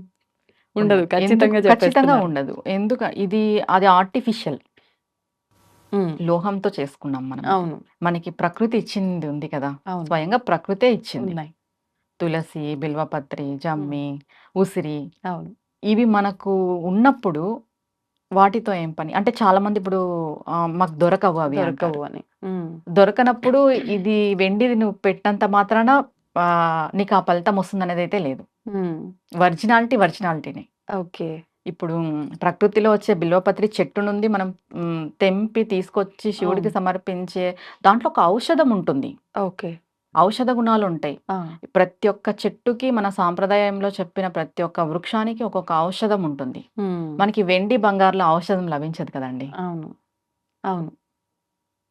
ఇది నిజమే. ఔషధ గుణాలు గూడా వాళ్ళు దృష్టిలో పెట్టుకొని చెప్పడం జరిగింది. హ్మ్. ఓకే. అంటే వాటి వల్ల మన ఒక రకంగా హెల్త్ బెనిఫిట్స్ కూడా ఉంటాయి. హ్మ్. సేమ్ టైమ్ పూజకి అవి ఒరిజినల్‌వి పెడితే ఫలితము అని అన్ని రకాలుగా ఆహ్, ఇమిడీకృతమై ఉంటుంది. పూజలో భాగంగా మన హ్మ్. పెద్దవాళ్ళన్నీ గూడా ఒక రకంగా ఆ ప్రాసెస్‌ని అలా హ్మ్. కొనసాగిస్తూ తీసుకొచ్చారు. అవును. ఇన్ని ఒక దగ్గర ఉండాలి అని చెప్పి నిజం హ్మ్. చెప్పాలంటే. ప్రతి పండుగకి, ప్రతి పుష్పానికి, ప్రతి ఆకుకి ఒక అర్థం ఉంటుంది. ఉంది. అది సైంటిఫిక్‌గా గావచ్చు, పూజకు సంబంధించి శాస్త్రంగా గావచ్చు. మనకి అందరికీ తెలిసిన విషయమే. శ్రీకృష్ణ తులాభారం. అవును. మనకి సత్యభామ మొత్తం అన్నీ తీసుకొచ్చేసి హ్మ్. పెట్టేస్తుంది. ఆయన్ని తుంచాలా అని చెప్పేసి. తూల్చడానికి. హ్మ్. బంగారు ఆభరణాలంతా తెచ్చి పెడుతుంది. హ్మ్. కానీ కృష్ణ పరమాత్మ తూగడు. హ్మ్. రుక్మిణి తులసిని సమర్పిస్తుంది భక్తితో. అవును.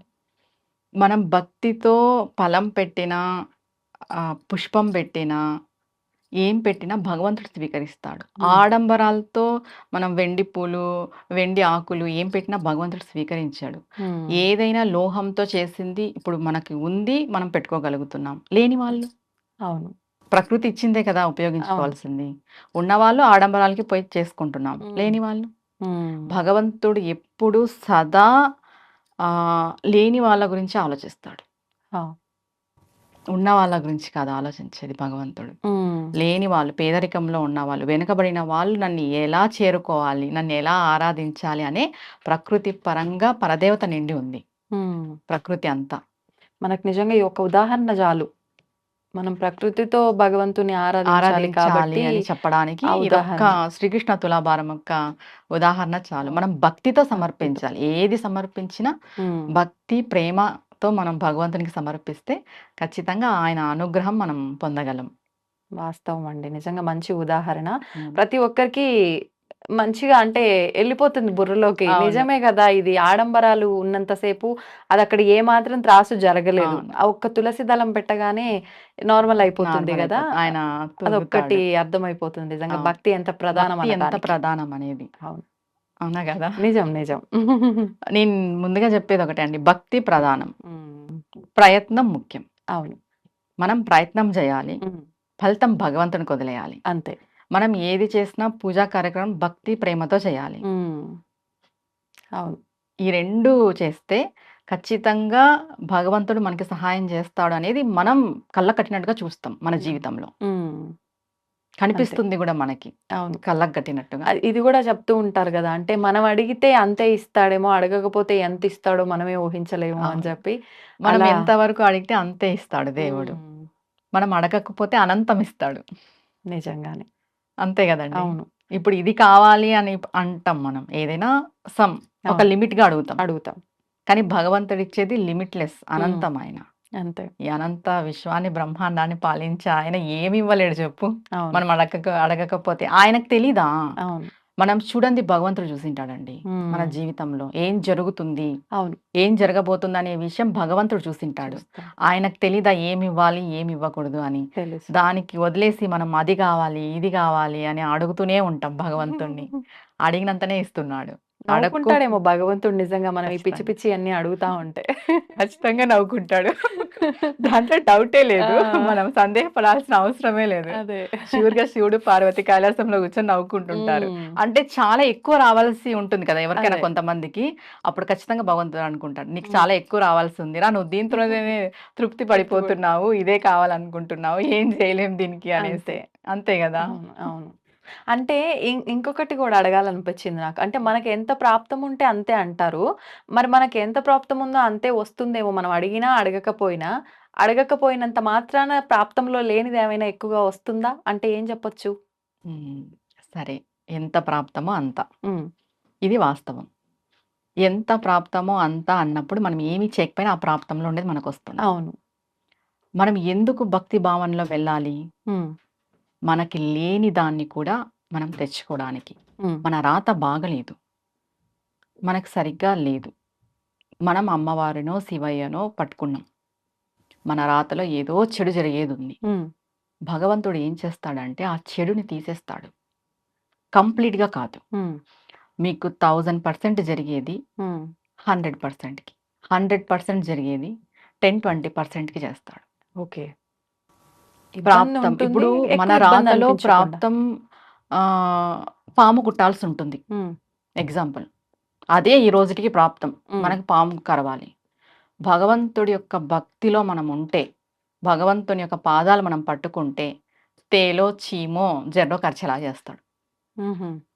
ఇప్పుడు చాలామంది వితండవాదం చేసేవాళ్ళు మనకు రాసుండేదే జరిగినప్పుడు మనం ఇవి ఎందుకు చేయాలి? అవును. అవును. అవెందుకు చేయాలి అంటారు కదా! హ్మ్. మనం చేయాల్సిన దాన్ని ఎందుకు చేస్తున్నాము అంటే, మన కర్మను తగ్గించుకోవడానికి చేస్తున్నాం. హ్మ్. పెద్ద పెద్ద గండాలుండొచ్చు మన అవును. జీవితంలో.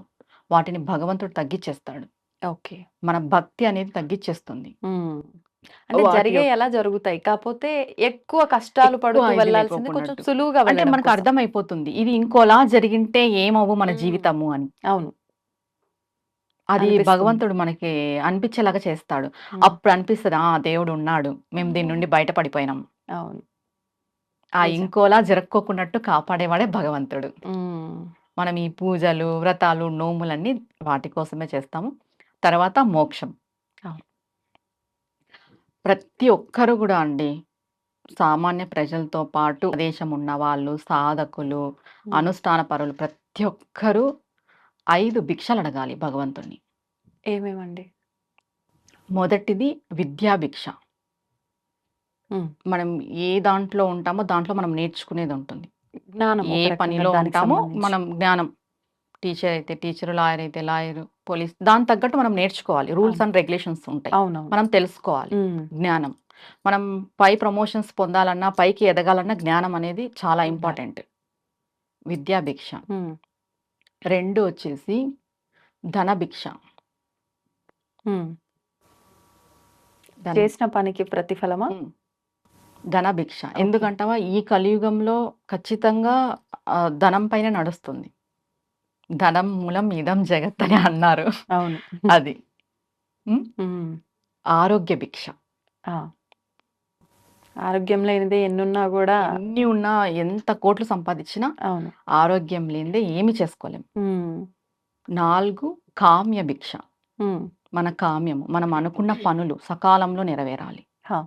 టైం దాటి నెరవేరినా కూడా ఏం ప్రయోజనం ఉండదు. కొన్ని అవును. పనులు. నిజమే అండి. కొన్ని పనులు. ఇప్పుడు ఒక పెళ్లి పెట్టుకున్నాము ఆ హ్మ్. డేట్‌కి. ఆ డేట్‌కి పెళ్లి జరిగిపోతేనే మంచిది. అవును. ఇంకో డేట్‌కి పోస్ట్‌పోన్ అయ్యి, అది క్యాన్సిల్ అయ్యి ఇంకోలాగా జరిగితే హ్మ్. అది కామ్యం నెరవేరినట్టు కాదు. అవును. సకాలంలో మన కామ్యం నెరవేరాలి అంటే అమ్మవారి అయ్యవారి యొక్క అనుగ్రహం ఉండాలి, కామ్య భిక్ష అడగాలి. ఓకే. 5వది మోక్ష భిక్ష. ఇవన్నీ దాటుకొని వస్తే ఖచ్చితంగా మోక్షం లభిస్తుంది. ఓకే. మోక్షం ఖచ్చితంగా అడగాలి మనం. ఎందుకంటే ప్రతిసారి సంసార సాగరము, క్రిమి కీటకాలు, జంతులాగా జన్మలు ఎత్తి ఎత్తి ఎత్తి విసిగిపోయేదానికంటే ఒక్కసారి మోక్షం ఉంటే వీటి నుండి మనం పూర్తిగా బయటపడిపోతాం. ప్రతి ఒక్కరు పూజ అయిపోయిన తర్వాత, ఏ పూజ, నిత్య పూజ కానీ, మనం సంకల్ప పూజలు కానీ, వ్రతాలు కానీ ఏవి చేసిన తర్వాత కూడా 10 నిమిషాలు హారతి అంతా ఇచ్చేసిన తర్వాత 10 నిమిషాలు కూర్చొని మంత్రం అనుకోవద్దు, ఏమి అనుకోవద్దు.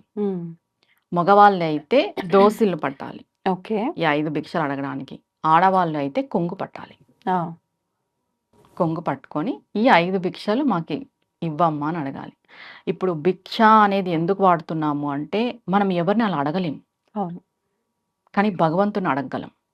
మనం అడిగేది ఎవ్వరు చూడరు కూడా, ఓన్లీ భగవంతునికి మనకి మాత్రమే తెలుసు. అది భగవంతుడి ముందు మనం ఎంత. అవును. మోకరిల్లిపోయి మనం అడిగితే భగవంతుడు ఖచ్చితంగా మనకి మార్గం చూపిస్తాడు, అనుగ్రహం మనకిస్తాడు. అది అవును. ప్రతి ఒక్కరు చేయాల్సిన పని పూజ అయిపోయిన తర్వాత, నిత్య పూజ అయిపోయిన తర్వాత ప్రతిరోజు ఈ 5 భిక్షలన్నిటివి అడగాలి. ఓకే. మగవాళ్ళైతే దోసిలు పట్టుకొని అడగాలి, ఆడవాళ్ళైతే కొంగు పట్టుకొని అడగాలి, మోకాళ్ళ పైన కూర్చొని.